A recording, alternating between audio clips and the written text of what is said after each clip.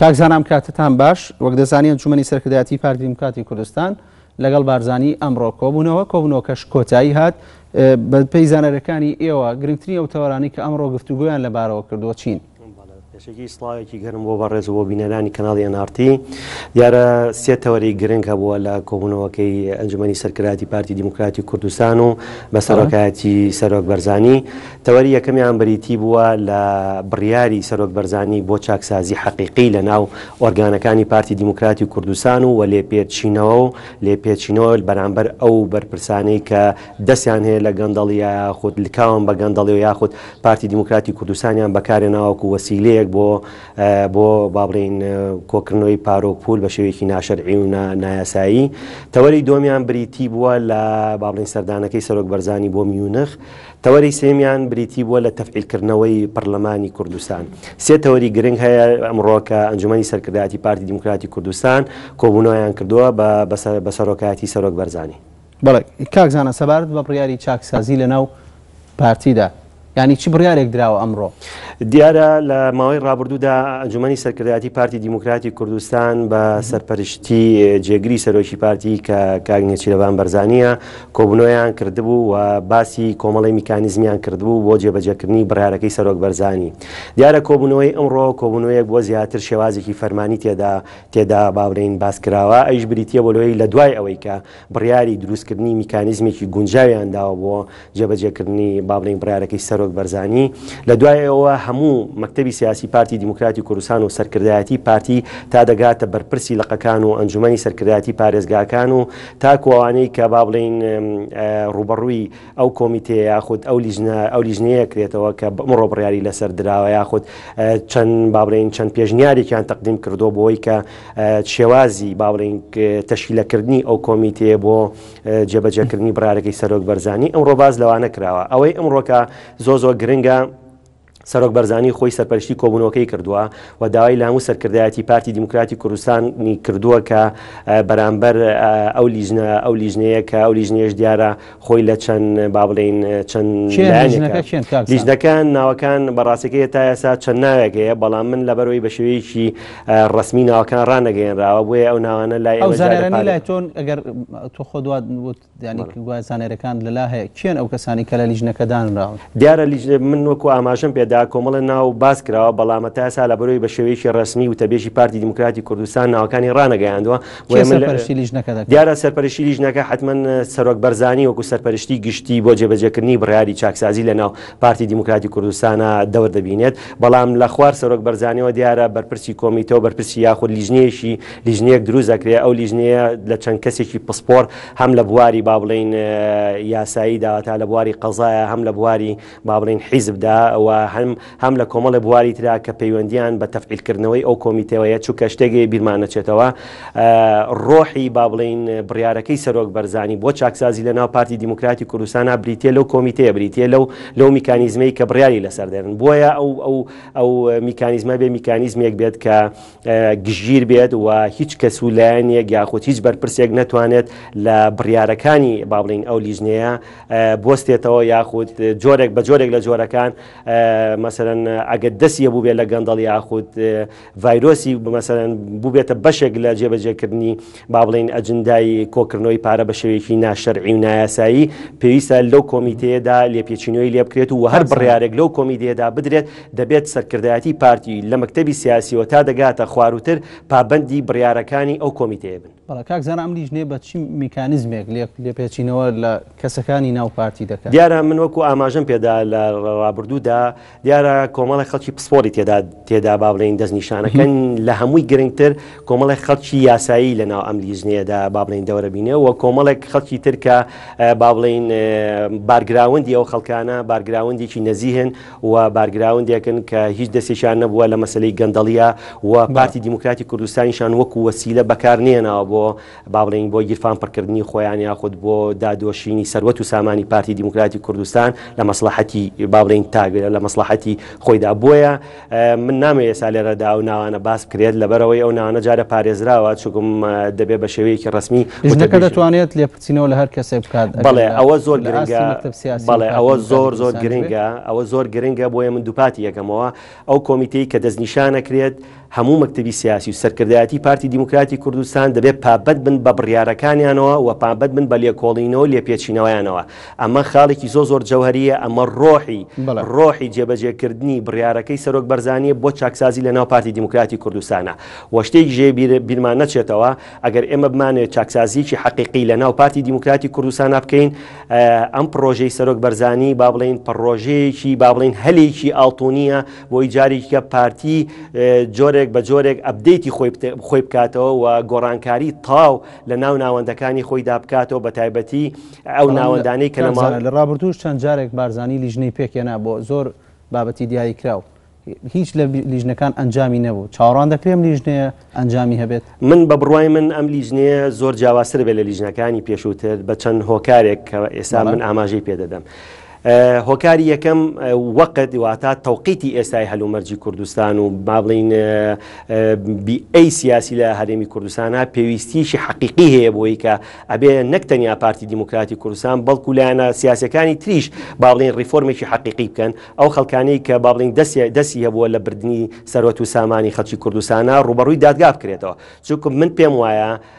ضرورەت با بڵین ضرورەتی چاکسازی لە ئێستادا زۆر جیاوازترە وەک لە چەند ساڵی ڕابردوودا. بۆیە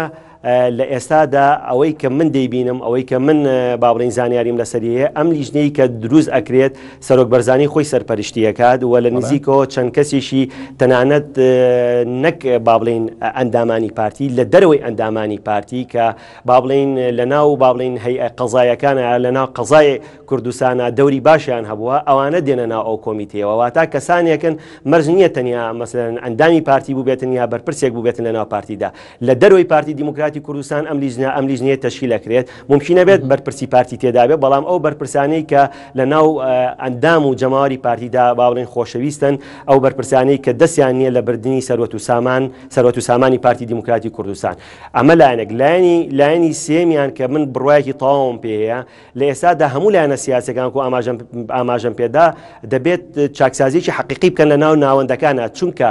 ئەگەر ئێمە باز لە چاکسازی بکەین لە ناو حکومەتی هەرێمی کوردستانە بیرمان نەچێتەوە هەتا چاکسازی لە ناو حیزبە سیاسیەکانە دروست نەبێت، ناتوانین چاکسازی لە ناو حکومەتی هەرێمی کوردستان بکەن. بەڵێ لەسەر بارودۆخی سیاسی هەرێم گفتوگۆی نێوان لایەنەکان کۆبوونەوەکە ئەمڕۆ چ بڕیارێکی هەبووە؟ ئەوەی کە هەیە زۆر گرنگە باز لە تەفعیلکردنەوەی پەرلەمان کراوە، باز لەوە کراوە کە جاری کە با بڵین دەرگاکانی گفتوگۆ بۆ هەموو لایەنە سیاسەکان واڵا بکرێتەوە. ئەو ڕخنانە کەم نەبوون کە لە پارتی دیموکراتی کوردستان گیرا لە کاتی وەستاندنی کارەکانی پەرلەمان و ڕێگریکردنە سەرۆکی پەرلەمان کە دەوترا پارتی دیموکراتی کوردستان دەتوانێت بە ئاسانی پەرلەمان کارا بکاتەوە. من پێم وایە مەسلەی با بڵین ئاساییکردنەوەی هەلومەرج لە هەرێمی کوردستانە تەنیا بە پارتی دیموکراتی کوردستان ناکرێت، چون چەپڵەت تەنیا بە یەک دەست لێ نادرێت. خۆ پارتی ئەگەر لە سیر بکەین لە ماوەی ڕابردوودا چەندین جار اقتراحی ئەوەی کردووە کە دانیشتن لە ناو لایەنە سیاسەکانە بەتایبەتی لە بینی پارتی دیموکراتی کوردستان و بزوتنەوەی گۆڕان نابێت. ئەوەی کە نایەتە پێشەوە بۆ گفتوگۆ هاوڕێیانمان لە بزوتنەوەی گۆڕان لە دوا جاردا کاگنێکی لەوان بەرزانی لە دوا تەسریحیدا جاری کە تەکیدی لەسەرەوە بابەتە کردوێتەوە. دەرگاکانی پارتی کراون و بە شێوەیەکی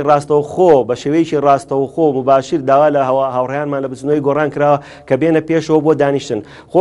ئێمە گەر منطقاً هەر سەیری ئەم هەلومەرجە بکەین. تۆ گەر با بڵین بەدیلی دانیشتن چییە؟ عنی ئەبێت تۆ دانیشت گفتوگۆ بکەی بۆ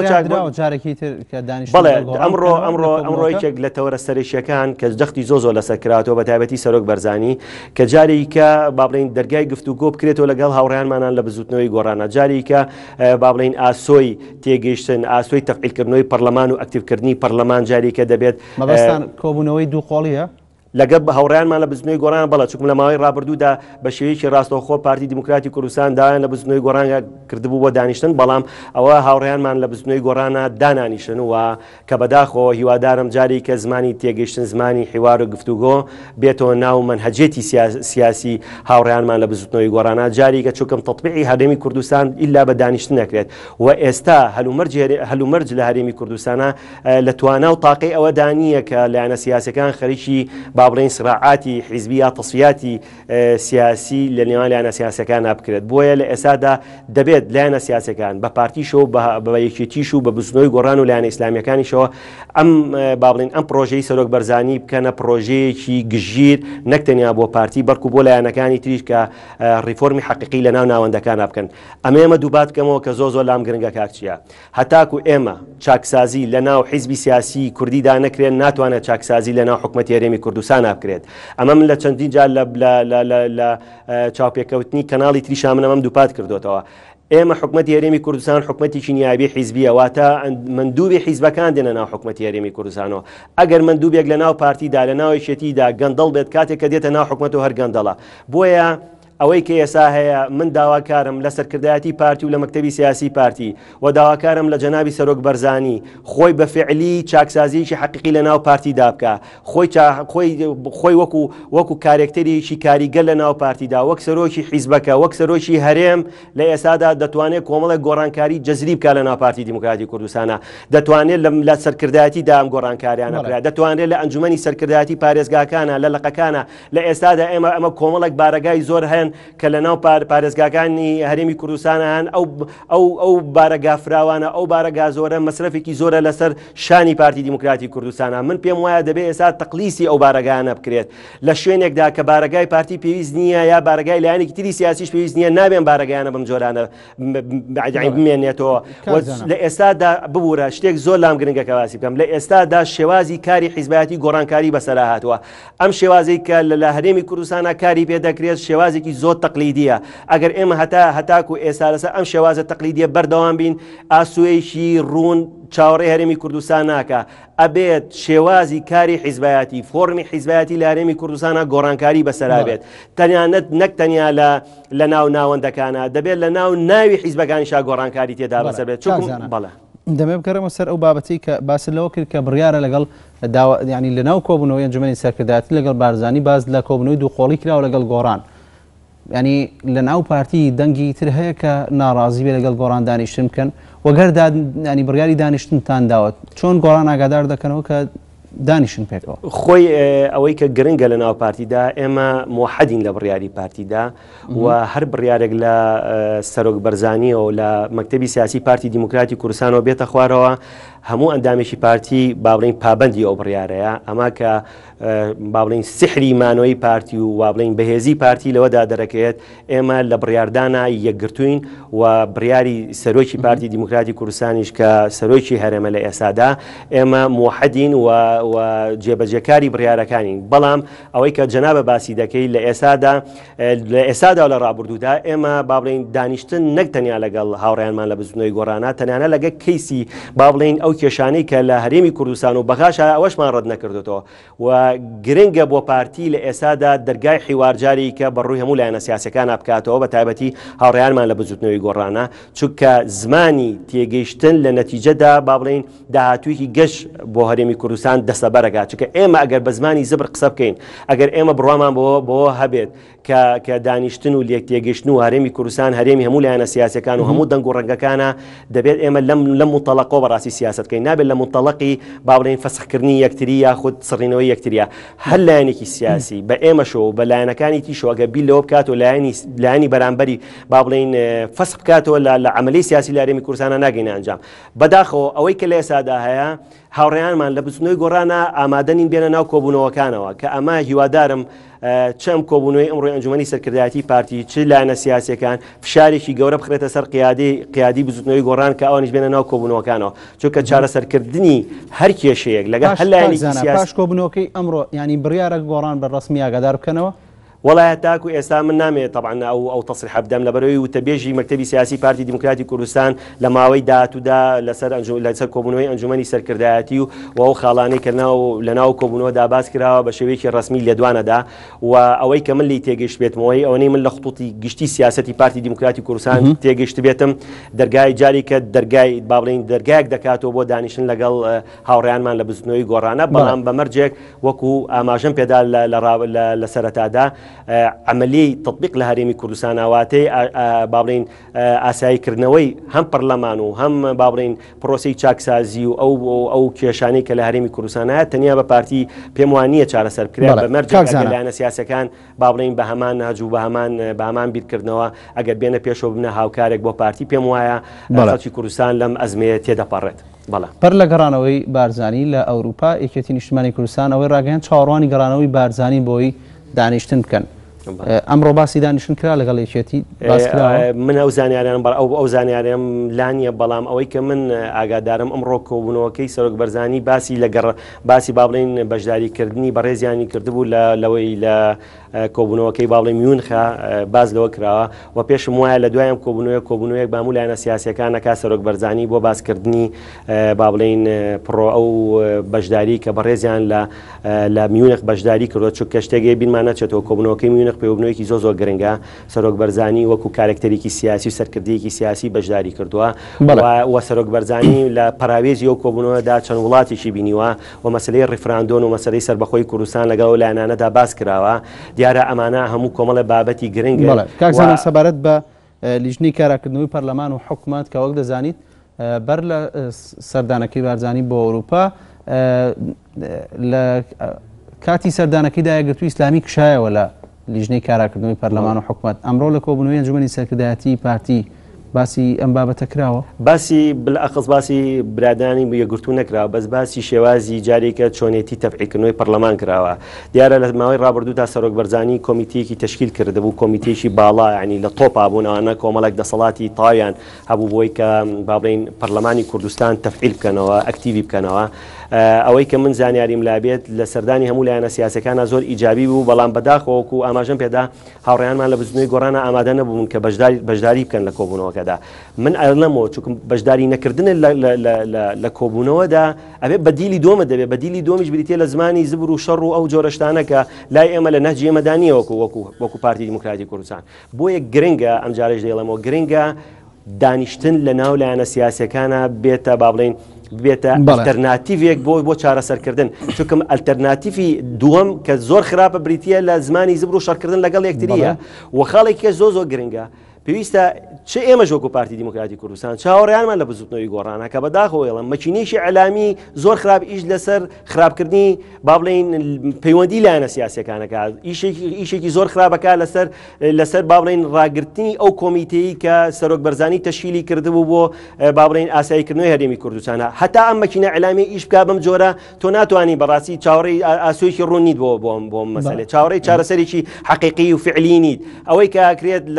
لە دەستگاکانی ئەلامیەوە خەریکی ناشرینکردن و شەڕەدەنوک و بەکارهێنانی وشەی زبرن کە ئەمە هەڵەیە هەر لایەنێکی سیاسی بیکە ئەگەر دەستگایکی ئەلامی ئێمەش بیکە بەڵام ئەوەی کە هەیە ینی من هەن بۆ شایەتی ئێڵم ئەم دقەی کە من لەگەڵ ئێوەدام ئەگەر بچیتە سەر کەناڵی برادرانمان لە هاوڕێیانمان لە بچنەوەی گۆڕان و کەناڵی ئەوان کەناڵە ئەعلامیەکانی ئەوان بە جۆرێکی زۆر نامەنتقی ناسیاسی با بڵێم نائەلامی قسە دەکەن ڕەغنەی ئێمە لەگەڵی داین بەڵام ڕەغنەیەک نابێت بەڵێ زانە تۆفیق بەگ ڕاوێژکاری ڕاگەیاندنی مەکتەبی سیاسی پارتی دیموکراتی کوردستان سوپاس بۆ تۆ کە لە سلێمانی و لەگەڵ مابووی.